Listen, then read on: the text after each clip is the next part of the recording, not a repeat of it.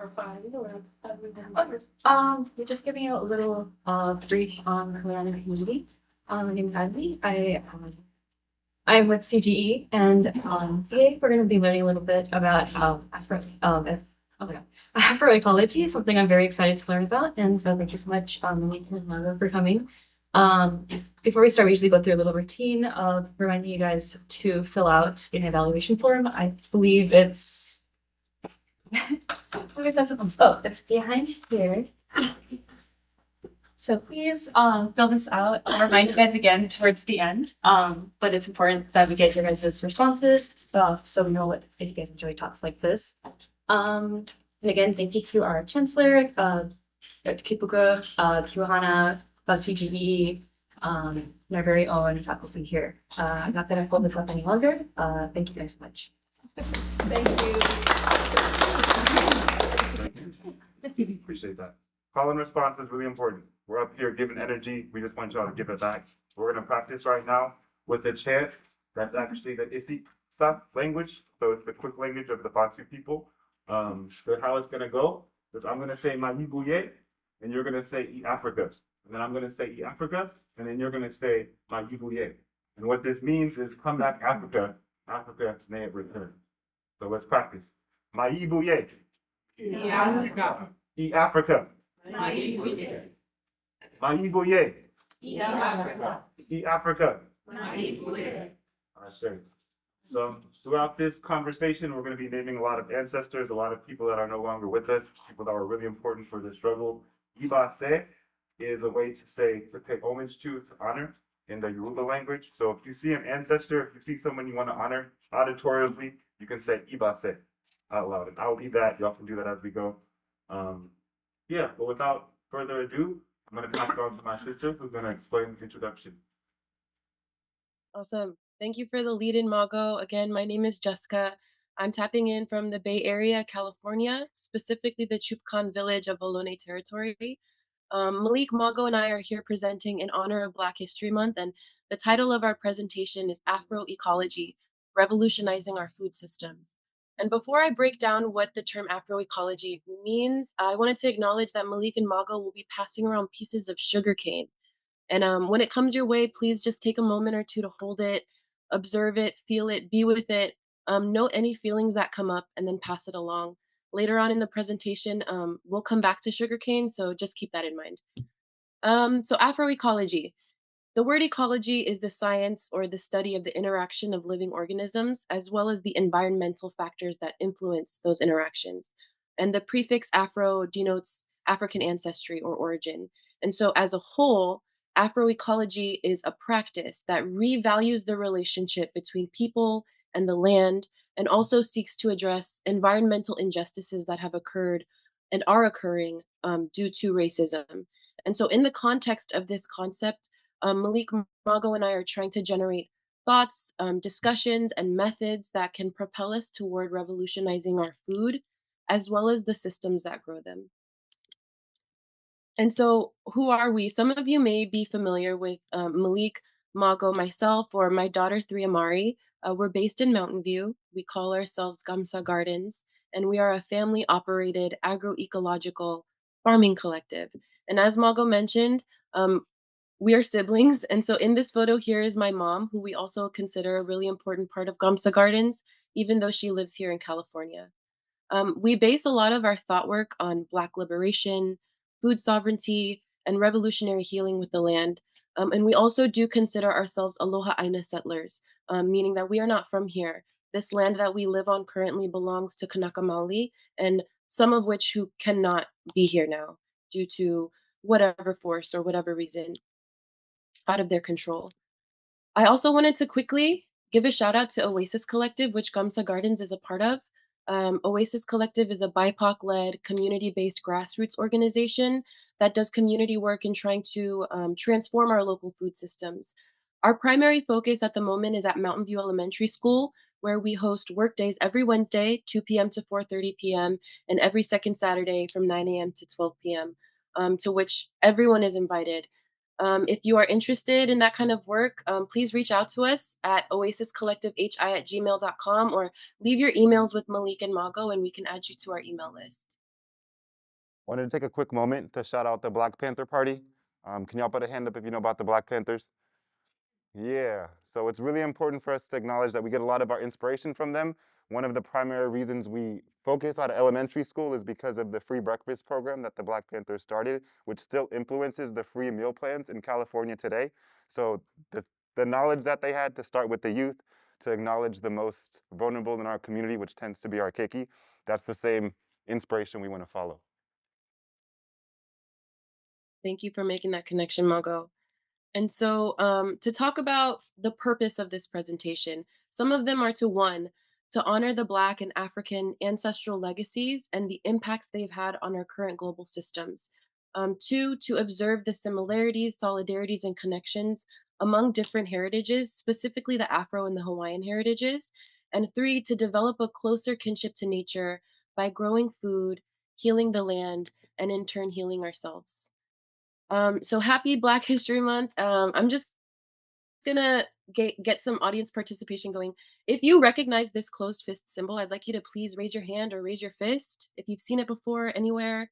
Awesome. And keep your fist raised if you know or you think you know what the symbol represents, the closed fist symbol. And feel free to shout out whatever comes to mind.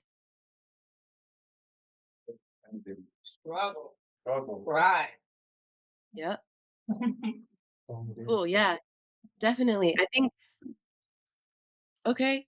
When people see this picture, yeah, struggle, fight, black power, strength, resistance. I think it really became a renowned symbol for the Black community specifically during the 1968 Olympics. Tommy Smith and John Carlos, during the national anthem, they raised their fists to highlight racial injustices that were occurring at the time.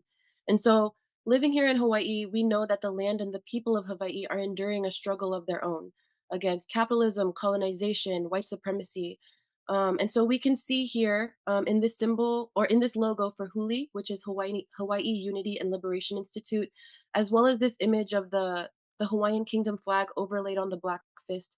Similarly, this image of the closed fist has come to represent the same principles of empowerment and resistance for the Hawaiian community as well as Black communities. All right, so my name is Malik. It's a pleasure to be here with you guys and seeing all these beautiful faces. Unfortunately, a lot of our sites are kind of surface level because we only have a minimal amount of time to really dwell over these topics. But just as a precursor, to not offend folks or erase anyone's identity or culture to blackness or whiteness, or any spectrum in between, I want to say that I don't see black or white, I see hues on a connected spectrum of similarities and shared experiences, and also common enemies of oppression. So, just for a show of hands or fists, raise your hand if you think you have melanin. Raise your hand if you think you don't have melanin. Okay, well, thank you all for that. So what is white? What is albinism? What is black? What is melanism? What is in between and what connects us and what makes us different? Um, Melanism and albinism are parts of a spectrum and not a point of divide. You're gonna hear me say that a couple times throughout the slide.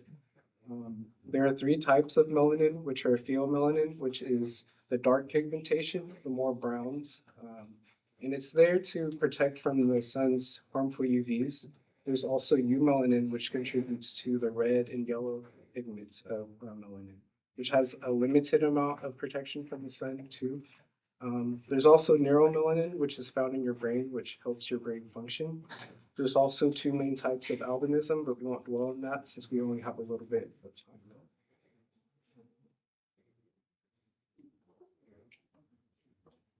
So yeah, melanin is a pigment produced by skin cells called melanocytes. We all have the same amount of melanocytes in our bodies, but we all produce different amounts of melanin.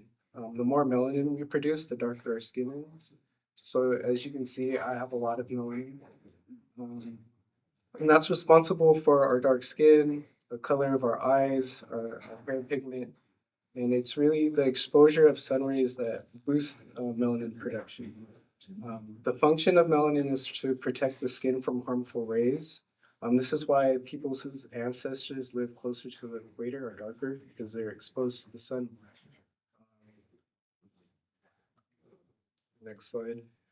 And again, I want to say melanin and albinism are parts of the spectrum and not a point of divide. I created a chart here. If you didn't know, I'm a graphic designer, I'm an artist. So when you take the primary colors of the spectrum, which is red, orange, yellow, green, blue, indigo, and violet, and you put them in a box, you'll get black. When you take those out of the box, you will get the color white. And so I added pheomelanin, melanin, eumelanin, and albinism as a spectrum as a whole to see where we really connect. So we're not being divisive. Cool, which I will now pass it on to Jessica.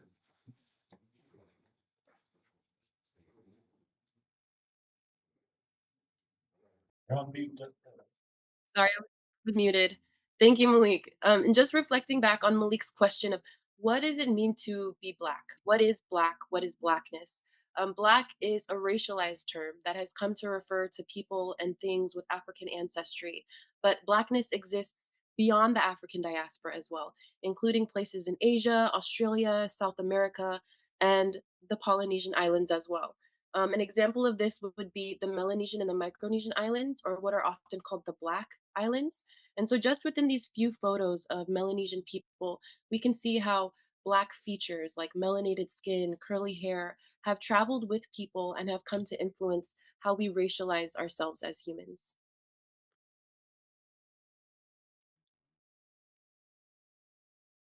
And so, to uphold one of the purposes of this presentation, which is to make this connection between Afro and Hawaiian cultures, we included a few images on this slide to help visually create some of those parallels. From ritual scarification practiced by African tribes, connecting that to the ritual tattoo in the Polynesian islands, both are used to signify status or coming of age. The djembe and the pahu drums that are both used in music and ceremony, and then two examples of ceremonial or sacred dance. One being a group of African women doing a Vodou dance, and the other a group of Hawaiian women dancing hula. Another connection that could be made is the use of pigeon. Here in Hawaii, we see pigeon, or we hear pigeon frequently used by locals and natives, but Hawaiian pigeon is technically considered a Creole language. And all Creole languages start off as pigeon. And what pigeon is, it's a simplified version of the English language that is used by people who speak different languages so that they can communicate with each other. And pigeons, for the most part, originate in plantation communities and are how enslaved Africans in many places of the world, as well as immigrant workers in Hawaii, first learned to speak the English language. And now that we've made just a few connections between the African and Hawaiian cultures, let's think about how Black culture has contributed to Hawaiian culture and Hawaiian history. Yeah, so a goal or a hope of mine is that with the work that we're doing, that we can help liberate and gain Hawaii's independence. And in return, I hope that they will do the same, where we can share cultural resilience, community solidarity, and our experience of marginalization and uprising, and also a shared activism for basic human rights. I also want to note that these Black people thrived due to slavery not being allowed into Hawaii, which was a huge driving force for some of the first Africans arriving here. We must respect and acknowledge the fact that Hawaii would not be what it is today without the efforts of Black people within our community. They helped unify islands, they added infrastructure, practiced medicine, founded schools, pastored churches, owned land, and advised Hawaiian royalty for more than 200 years. They were prominent members of the business community, operating many of the different establishments in the city of Honolulu at the time. They also helped perpetuate Hawaii's arts and culture as well.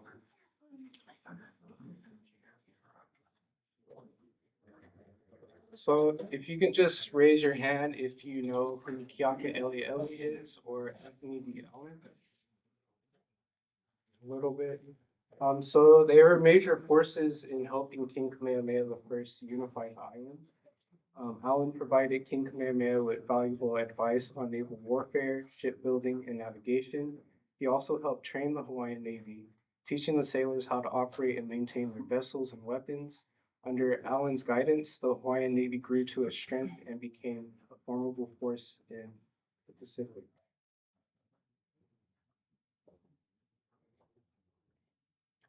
Next is Black figures in Hawaiian history. This is just a few, but if you could raise your hand if you know Betsy Stockton or Thomas McCant Stewart or his daughter Carlotta Stewart. Okay, one or two. So Betsy Stockton actually founded one of the first schools in Maui, and fortunately and unfortunately, due to the recent fire, her school actually survived. Um, Thomas McCant was a very important voice for the Hawaiian people as well. He helped keep Hawaiian lands in Hawaiian hands. And Colorado Stewart, she was the first Black principal in Oahu's college. And then with the Welling and military industrial complex in Hawaii, it brought forth a lot of Black African Americans to Hawaii. I do want to say I don't agree with the military complex occupying Hawaii or any spaces, just due to the exploitation and how they've taken over resources and exploited the people. I have a question about that. Yeah. Is that would they go primarily to Oahu? Because I've noticed that there is a much larger Black population in Hawaii than there is out here. So, you think that's where they went, or was that based like the army out there? I just think it depends on what branch you're into, because you had like people from the Air Force, you had Navy, you had Army. So it's just a mix depending on what branch you're in. Good question, though. Next slide. So raise your hands or your fist if you know Ernest James Harris or Alice Augustus Ball. Ibase. So Alice Augusta Ball, she actually wasn't credited for her work until after she died. She helped heal leprosy with extracting alkaloids and compounds from the plant kava. And also Ernest James Harris, he helped imports of agriculture. He helped save millions of dollars by learning how to eliminate foreign fruit flies. And then next we have Black Farmer Trivia. Oh, no. Yeah, we're gonna test some of your knowledge just on maybe like the contributions of Black people to a larger scale of the culture of agriculture. So I'm gonna ask the question, and you guys can go ahead and shout out the answer if you know. Which Black botanist was born into slavery, promoted regenerative agriculture, and invented thousands of agricultural food products we still use today? I would say Washington Baldwin. Yes, period. Cool. Which Black agriculture professor inspired the modern day CSA program?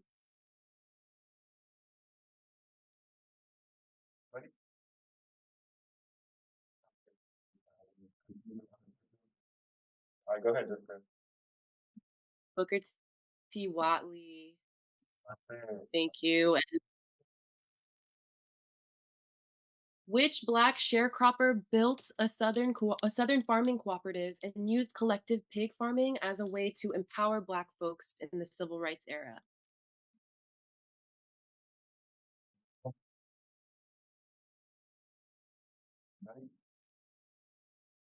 Okay.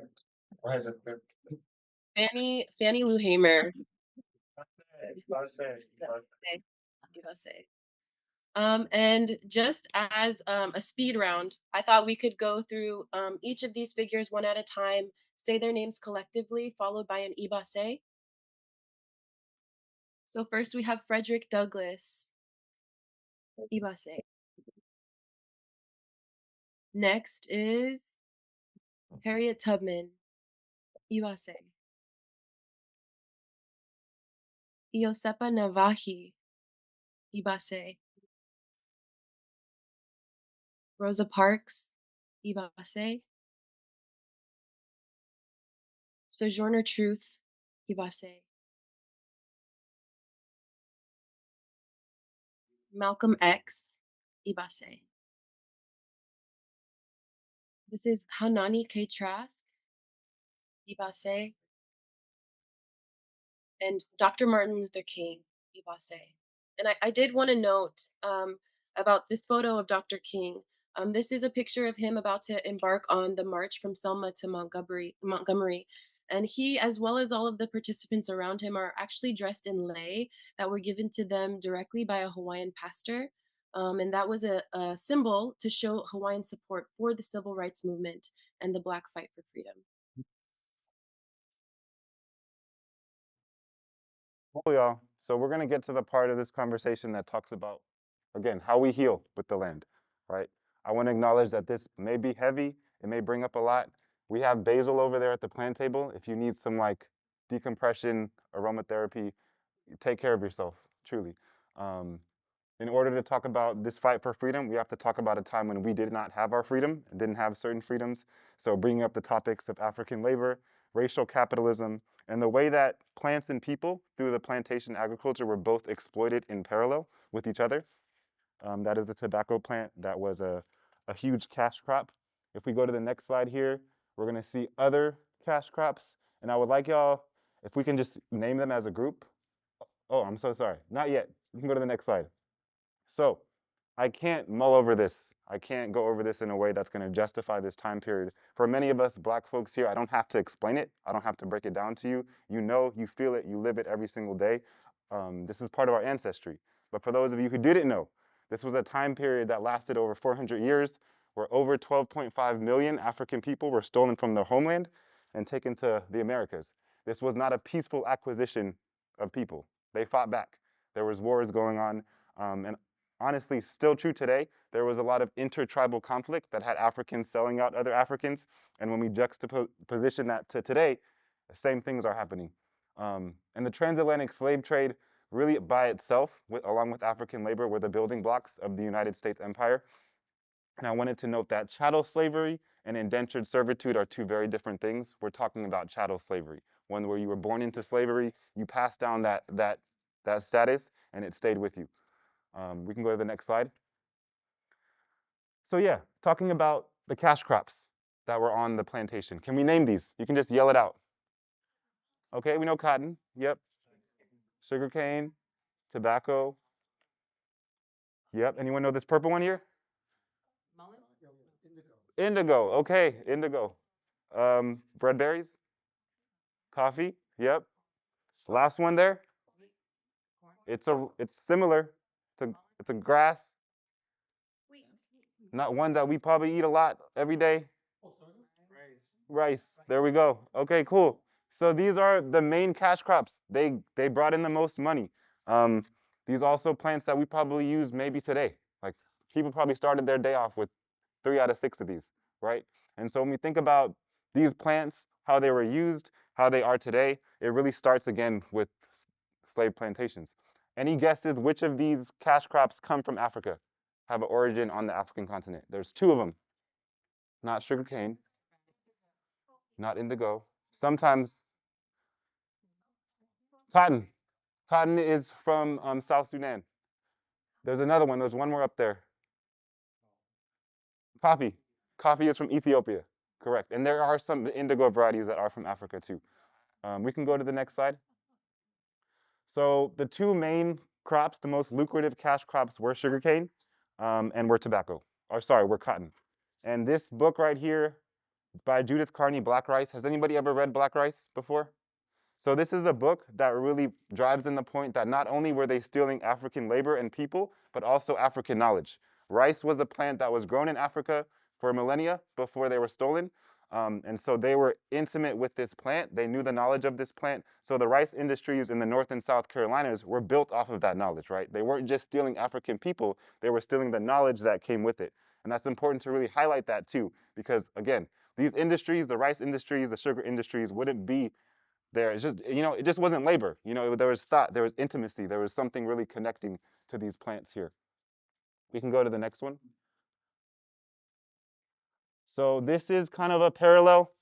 This is around the same time period. One is a plantation in Jamaica, and the other one is here in Hawaii. These are called the picture brides. Raise a hand if you ever heard of picture brides. So these were Korean, Japanese, Okinawan women that were married off to mostly European men, and they call them picture brides because that's all they saw was a picture of their husband, and they mostly were sent here to work on sugarcane plantations. So when we think of our positionality, some of our ancestors, some of the reasons why we're here, a lot of these shared stories with people of the African diaspora come through plantation agriculture, but also specifically the sugarcane plant that we're all have at this time held in our hands.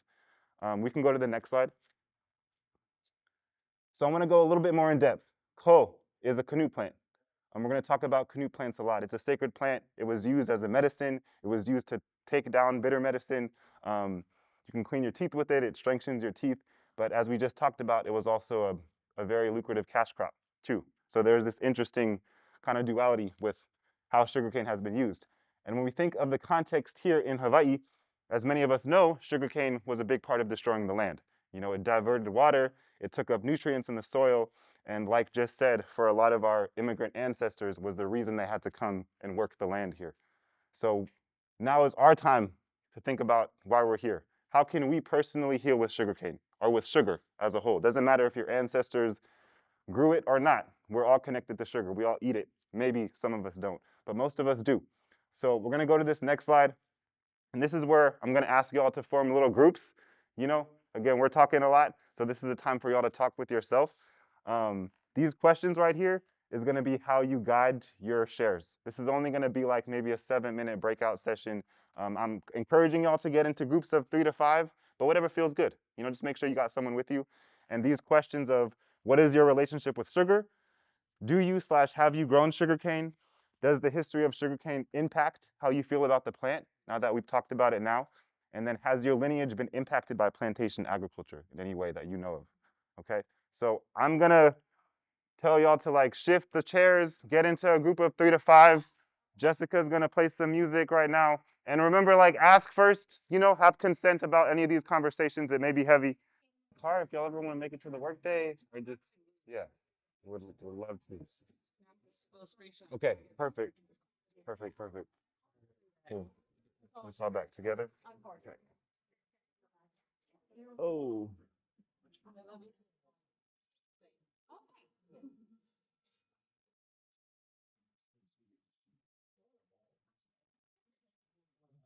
All right, y'all. I'm so sorry to have conversations. It sounded like there was some really good stuff happening. Please continue those conversations. That's what we want. That's the whole point of being able to heal with these plants is talking about how we relate to them. Um, I realize some of y'all probably shared some really vulnerable stuff too, maybe some intimate things with your ancestry, however that may have come up. I'm gonna take the opportunity to do somewhat the same. With this next slide, we may seem to go off topic, but we're gonna come back, okay? So next slide here is talking about hair journey. For Black folks, hair is extremely important. Expression, who we are, where we come from. And so my own hair journey was a really interesting one. You know, I had times of having an afro. You can really see it. This is the biggest thing there. And then at times having locks, obviously having no hair. My 7-year-old niece, the same thing. You know, her coming into her Blackness, especially here in Hawaii, her hair journey was a big part of it. You know, that picture on the far right, where she's facing away, that was the day before picture day. Me and her were out here by herself. I had to do something. Um, and I did it, and I was really proud of it. And then she was digging it too. Um, and that was like a moment of bonding with her too, you know, but also was me passing on information. You know, I was doing something ancestral. I was doing something that to me is a part of my lineage. And so when we go to this next slide to talk about African hairstyles and food resistance, right? Raise your hand if you've heard of cornrows. Yeah, have you had cornrows before? Potentially. Yeah, so I mean, cornrows, hence the name, they're very ancient. It actually sometimes even called cane rows, sugar cane. They go back to 3000 BC in the Horn and West Coast of Africa. Cornrows were also used to braid seeds in hair. This was a big part of the transatlantic slave trade before they got on their ships. They had the intuition and the courage to braid seeds in their hair because they didn't know where they were going to go, but they had, again, wherever I'm going to go, I'm going to bring these seeds with me. When we think about the movements of food crops across seas, similar to Hawaiian canoe plants, right? We have this interesting parallel with that too as well. My sister one time braided red runner beans in my hair, and they were probably there for like a week. But it was fun though, and it felt like I was doing something ancestral through that too. And when we look at the picture to the right, that's a Fijian hairstyle. Those three individuals standing there, and then those are different hairstyles of the Polynesian culture. So when we think of African culture, Polynesian culture, hairstyles, hair expression has very similar forms. And then okra, rice, peanuts, and watermelon. Those again are plants that were brought here by African people. So when we think of watermelon, again, peanuts, George Washington Carver, okra, rice, some of these plants will have to give away too. We're going to move on to the next slide. So kind of going off this idea of resilience within food. If you had soul food, raise a fist, raise a hand if you love soul food. Yes. Even if you've had KFC or Popeyes, you probably had more of a co-opted form of soul food. It's not really soul food, but it does say something about it. Soul food was based off the scraps. It was based off the rations, the leftovers, what the slave masters didn't want. So chitlins, who's heard of chitlins? Do you know what part of the pig chitlins are from? You can yell it out. The intestines. That's the part that the slave owners didn't want. So y'all can have it, right? Y'all can do something with it. Same thing with pig feet. Collard greens, those were the undesired plants that the slave masters didn't want to grow. They turned it into something good though, because chitlins are a big part of soul food and soul food culture. Going off that, there were of course gardens on these plantations where they grew some of those plants that they brought with them. And I would like us to shift our frame of soul food to being resilience in itself. The Haitian freedom soup, or soup jumu, was the soup that they made after the Haitian Independence Day. So 1804, when they fought against the French to gain their independence, they cooked soup jumu, which was their ancestral food, but it also incorporated the squash, which was a forbidden fruit to them. The slave owners didn't allow them to use it. So it wasn't until they got their independence, they incorporated that squash into their food, and boom, Haitian freedom soup, right? So remembering those legacies, remembering that soul food is also a form of resilience too. We can go to the next slide. So going a little bit deeper with that, off the plantations, raise a fist if you've heard of the Maroons, if you know about Maroons, if you know about Quilombos, right? And so these are African people that decided they weren't going to take it. They weren't going to be on the plantation. They ended up running away. They formed communities. Many times they were working with other native people to be able to stay safe, to be able to avoid recapture. They were going to the forests, the higher mountain areas. And in order to grow food, they used this concept called escape agriculture. So escape agriculture, like the definition said, is where you're growing a lot of food, but in a way where it's not seen. You're literally planting in the forest, trying to make sure that the slave captors aren't going to see it, right? So when we talk about biomimicry as a form of survival, when we talk about permaculture, when we talk about agroforestry, talk about organic farming, all of these terms that we use to describe things, these are just our ancestors trying to survive, trying to make a way out of something. So I think it's really interesting to think about it in today's context. We're trying to learn how to farm to escape a racist capitalist system, right? Even if you are not a slave anymore, how do we get free? How do we still get free and grow food and have a relationship with the land? So we're going to talk a little bit more about escape crops, some canoe plants that were used in this context of escape agriculture. Yeah, so we've used the term canoe plants throughout this presentation, and I think overall we know Hawaiian canoe plants to be the staple foods that Polynesian settlers intentionally brought here to the Hawaiian Islands to grow and sustain themselves. But when we think about what African canoe plants are, we are referring to the staple plants that have either originated in Africa or that have traveled with African peoples throughout the world.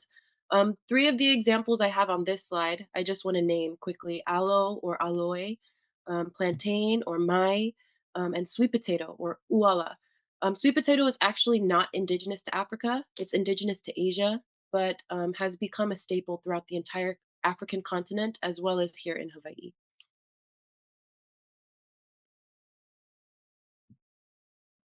Another example would be the cocoyam or the taro or kalo. And if you know of another name for this plant, I encourage you to share, shout it out, share. Um, but the cocoyam is indigenous to Southeast Asia. It was introduced to the Americas from West Africa via the transatlantic slave trade, and it became a staple across the Caribbean and tropical America where plantation slavery was being practiced. Now it is currently the fourth most globally consumed tuber and one of the oldest domesticated plants. And just a quick trivia question, does anybody possibly know which country produces the most kalo or the most cocoyam? Jamaica? Jamaica. What was that? Vanuatu. Any other guesses? Southeast Asia? Guesses? All right, go ahead, Justin. Oh no, let them know what it is first. Sorry.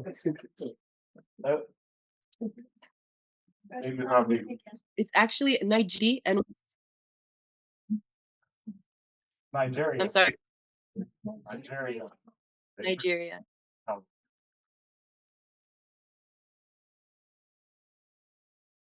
Awesome. So breadfruit or ulu is indigenous to Tahiti and was brought to Jamaica and the Caribbean by the British specifically to feed slaves working on sugar plantations. And this goes for all of the canoe plants that we mentioned. Um, but varieties differ depending on where they are grown geographically, and so therefore they also differ in their names and their cultural significances as well.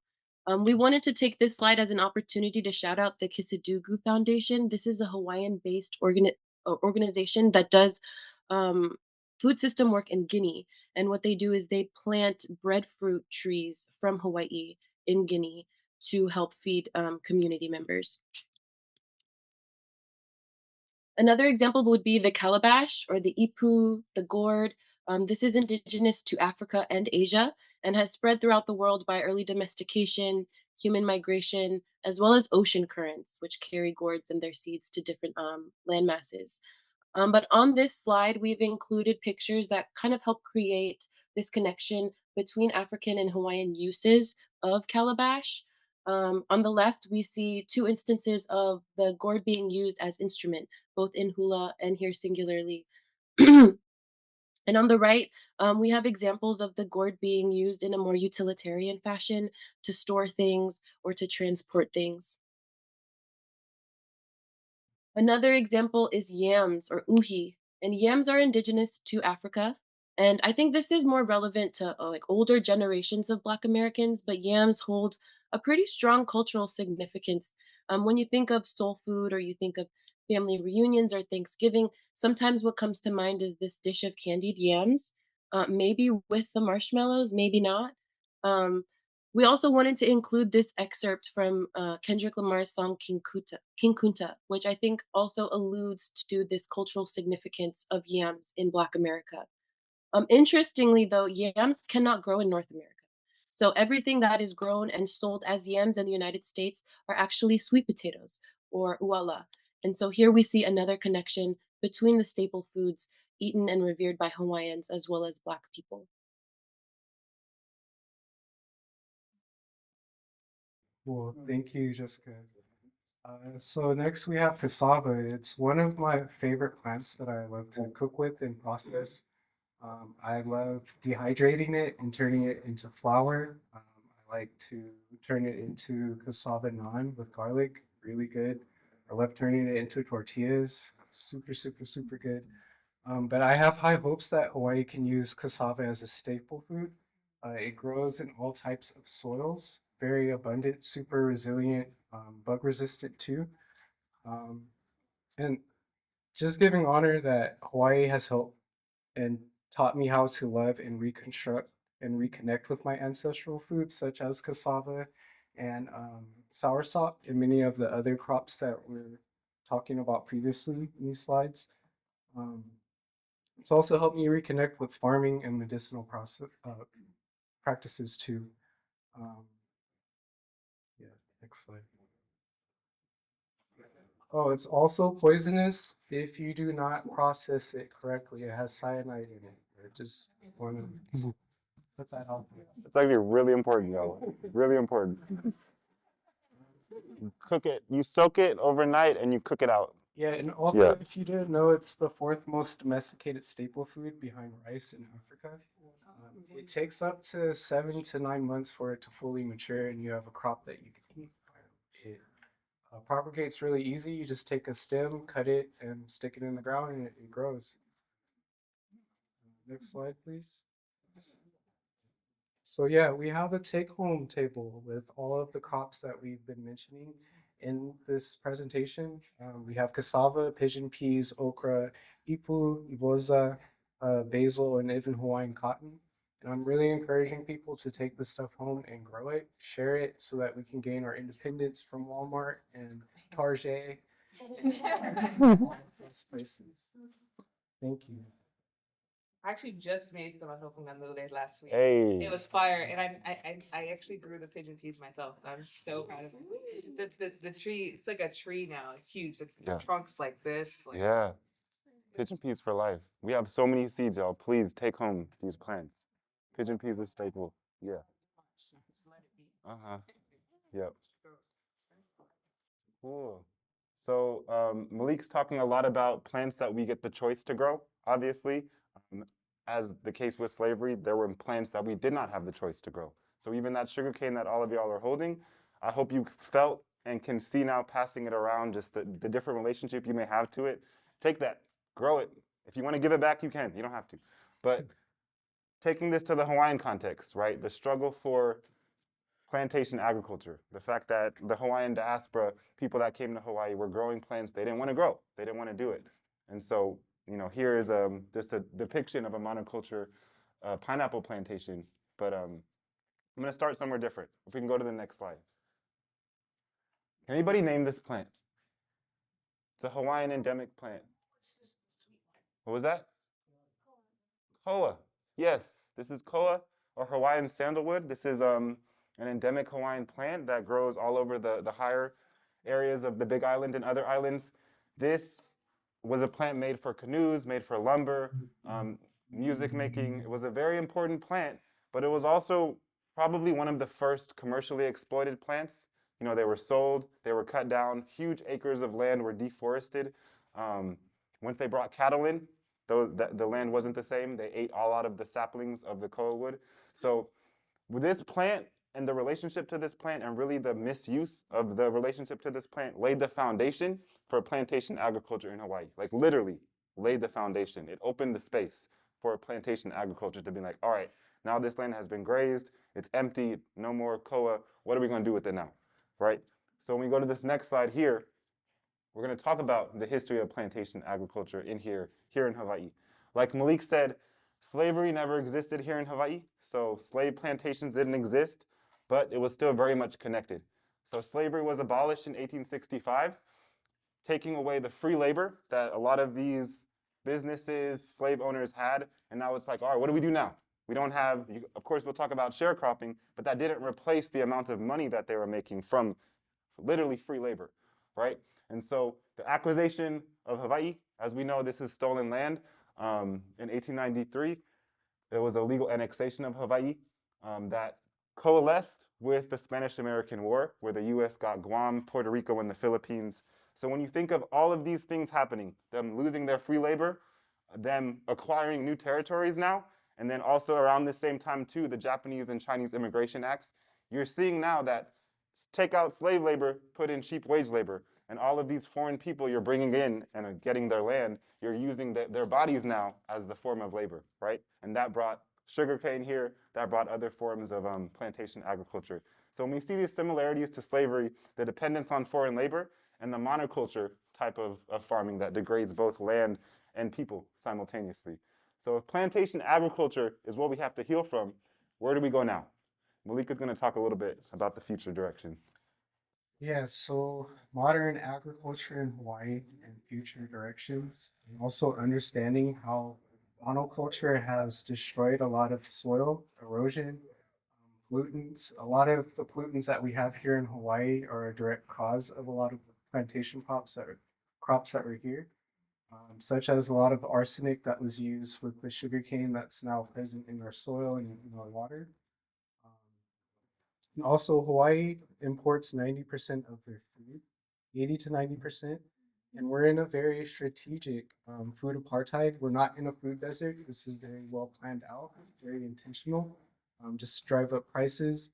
And with combating industrial agriculture, we want to reshift to growing with polyculture, doing a lot of companion planting, healing the soil so that we can also heal ourselves, support our local farmers that have sustainable practices and remediations to uplifting. And also just honoring ourselves, honoring the land and indigenous people that came before us. And again, gaining our independence from Target and Costco and Walmart and all of those things. Because we're in a land that's very abundant and we can do for ourselves and for each other. Shay. I do want to acknowledge it is 1. If you have to go, please take that time to go. Take some plans home. We probably have like 10, maybe 7 minutes, hopefully not that long, to finish this slide up. But if you do have to go, please don't feel bad about it. Since Malik kind of ended with us the importance of healing the land, honoring the indigenous people, honoring the land, and it being Black History Month, and so much of this conversation being about the African diaspora, it's kind of impossible not to talk about what's happening in Africa now. It's kind of impossible to talk about anything without talking about what's happening in Africa, because so much of what we do, how we survive as a society, comes from the African continent. I don't want to mull over this slide at all either, because nothing I can say can really encapsulate the devastation that's happening on the continent right now. But I'm going to focus on 2 places. If we go to this next slide. So raise your hand if you know what's going on in Sudan right now, have an idea. What about the Congo? So unfortunately, we hear about these things, not even enough.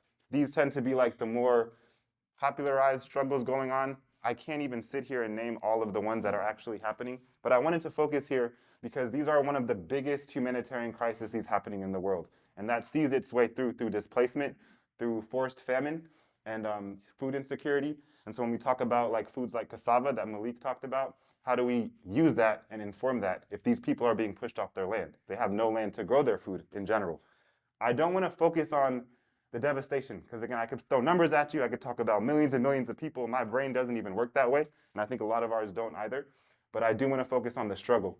So the Sudan struggle in 2019, that is Ala Salah. She was 22 years old at that time. She basically became like a figure overnight by speaking out and talking to the people about how they could take back their power, take back their sovereignty over, at that time, was a dictator as the president.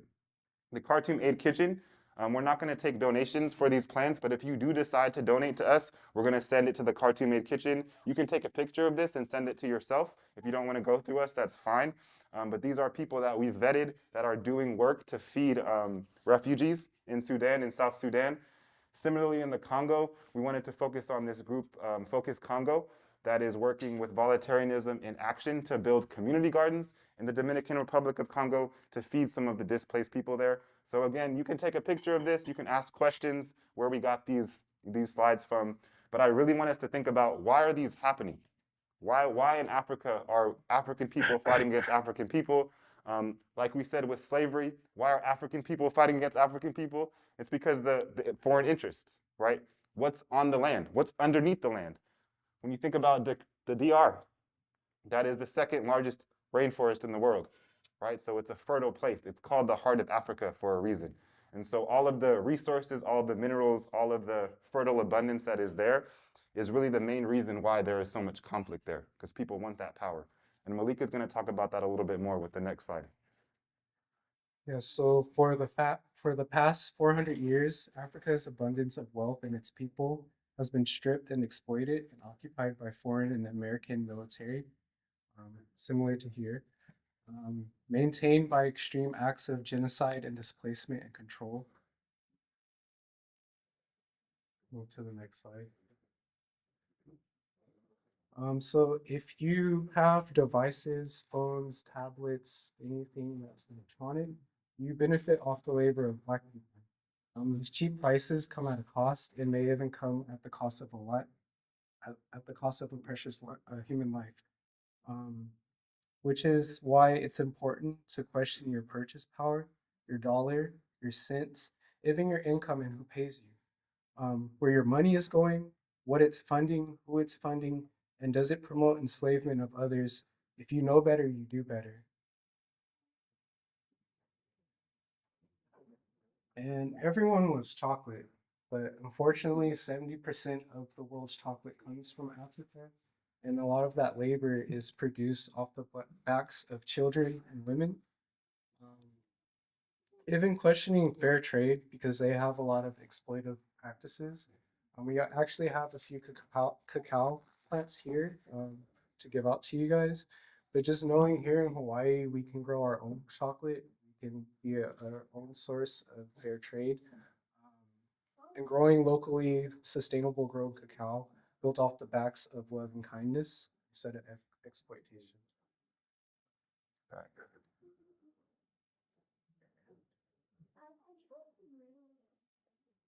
We can go next slide. Thank you.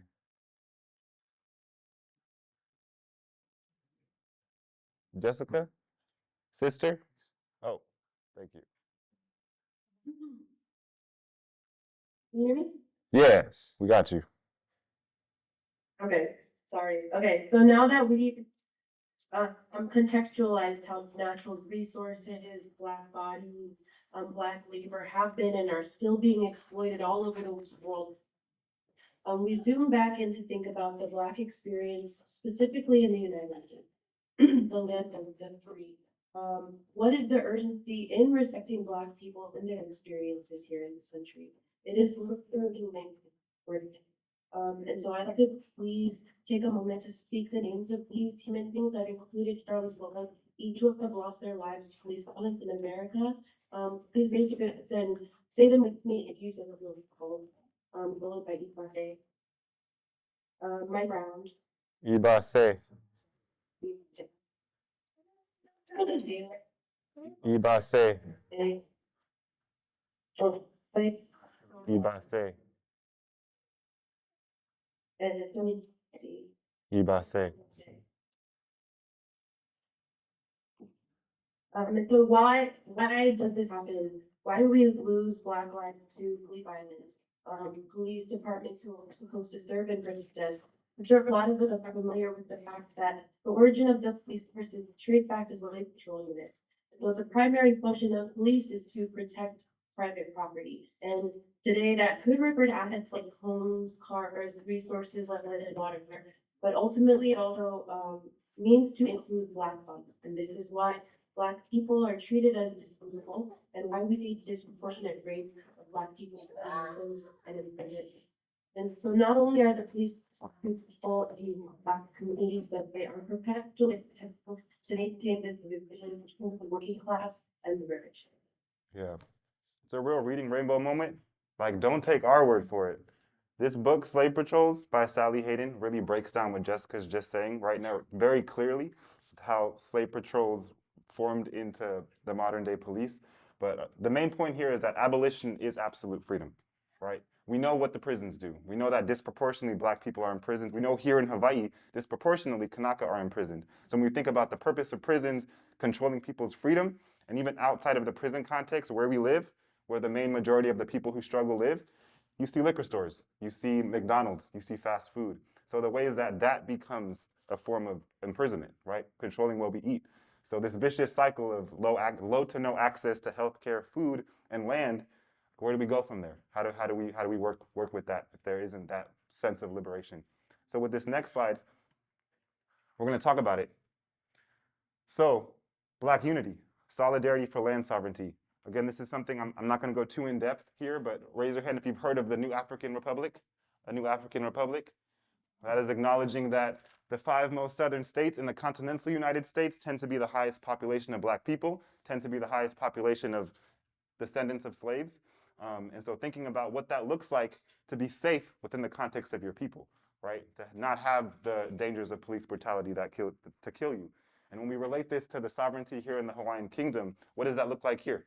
What does it look like to protect our sovereignty? To have the Hawaiian people be able to control their land and to have say over what happens here, right? So thinking about the U.S. South, the most southern territory of the United States, and the U.S. South. Most people think of Black folks. So how can that bridge be gapped? So we're supporting each other more and not competing for these stories and these narratives. We can go to the next slide.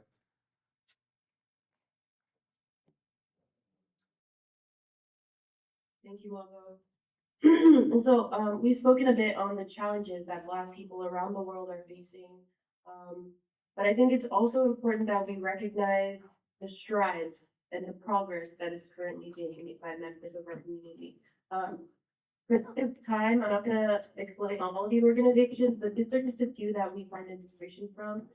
The one that I mainly want to check out is the Critical Ecology Lab. and they're a group of researchers doing scientific research, specifically studying how social injustices like slavery have negatively impacted ecological landscapes. And they're using these results to design solutions, which they refer to as ecological reparations. Please feel free to take a picture of the slide and look into these organizations if you're interested. I'll leave it up for a few more seconds and.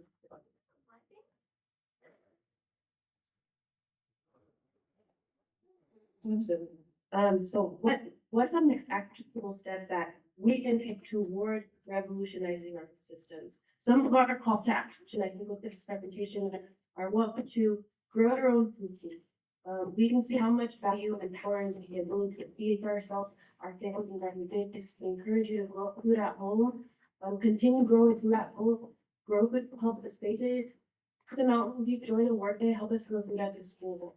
Another call to action would be to continue to educate yourself and your community about land movements that are not only happening in Hawaii, but all over the world. The more we know, the more we can act and build in solidarity with these movements. Another is the mutual aid network. Be realistic and intentional. Organize with yourself, serving the community. Find existing organizations or team up with neighbors to create one of your own. And then lastly, plant ancestral and native folks. Again, Malcolm Foley have set home table where you can find plants, seeds, cuttings of self-food ancestral plants, presentation, and more. We encourage you to take them home, grow them, cook with them, the relationships with them. Thank you. Appreciate y'all. So we're gonna wrap up. Malik wants to do a quick shout out for the organization he's working with that maybe could use some support. So I'm working with Neighborhood Place of Puna, working as a houseless engagement specialist, where I give out food and water, and I try to find people shelter and funnel them next to housing. So if you want to support locally, we're all island wide, but our main base is in Hilo. So if you guys have extra time and you want to help. What kind of foods are you guys accepting? Would like fresh harvest, like over like having too much harvest work, like stuff like fruit or something they can eat right then and there? I mean, I think canned food is good. Fresh food is good as well because we give it out every day, weekly. But yeah, just like perishable foods, medicines, feminine kits. Because it's really rough out here, especially on the west side. Yeah. So yeah, we're gonna move into it. We're gonna be over there by the plants just to close out. Oh, sorry. What's up, Namo? Do you accept walk-in volunteers? Yes, we Yeah. do. So I have your information. I can send you the link if you want to volunteer. Yeah. If anyone else wants to volunteer, I can take your email down and send it to you. You have anything online? Neighborhood Place of Puna, Okay. but I can give you the information. Yeah, get that. Okay. I'll touch you. Good to see you, brother. I'm gonna end with where we kind of started. I'm gonna do the call and response if y'all can work with me. So my ibuye. So when I just say my ibuye, you say eat Africa, and then we switch. My ibuye. Eat Africa. One more time. My ibuye. Eat Africa. Great, y'all. So can we end on the count of two? Clap twice. 1, 2.